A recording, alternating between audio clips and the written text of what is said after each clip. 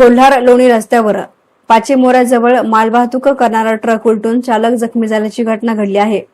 याविषयी सविस्तर माहिती अशी की गुजरात येथून मार्बलची फरशी घेऊन जाणारा बारामतीकडे जाणारा ट्रक क्रमांक MH12CV 3573 कोल्हार लोणी रस्त्यावर साईड गटरीसाठी खोदलेल्या खड्ड्यामध्ये जाऊन पलटी झाला। या अपघातामध्ये ट्रक चालक स्वप्नील राहणार कळस तालुका बारामती यांच्या चेहऱ्याला व बरगडीला मार लागल्याने जखमी झाला आहे। सध्या कोल्हार लोणी रोडचे दुरुस्तीचे काम सुरू असून या रस्त्यावर साईड गटरीसाठी खोदकाम केलेलं आहे, परंतु अत्यंत धीमे गतीने रस्त्याचे काम सुरू असल्याने या ठिकाणी अपघातांचं सत्र सुरूच आहे।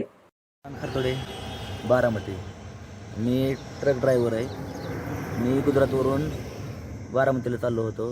हे रोडची अवस्था बघितली तुम्ही। गाडी आडवी आली की गाडी खाली घेता पण येत नाही। का येत नाही? कारण गाडीच्या साईड पट्ट्या नाहीत, म्हणून गाडी खाली घेता येत नाही।